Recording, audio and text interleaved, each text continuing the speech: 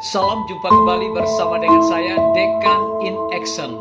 Pada saat ini saya ingin menyampaikan sesuatu yang berkaitan dengan kehidupan kita setiap saat. Ramadan bukan hanya tentang berpuasa dan beribadah, tetapi juga tentang berbagi dengan orang lain. Ramadan adalah waktu untuk berbenah diri, mengobati hati, dan mendekatkan diri kepada Allah.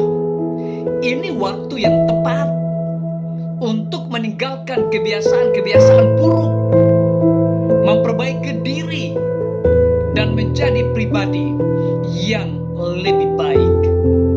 Orang sukses pasti melakukannya. Anda kapan lagi? Ikan hiu muter-muter. See you later. Assalamualaikum warahmatullahi wabarakatuh.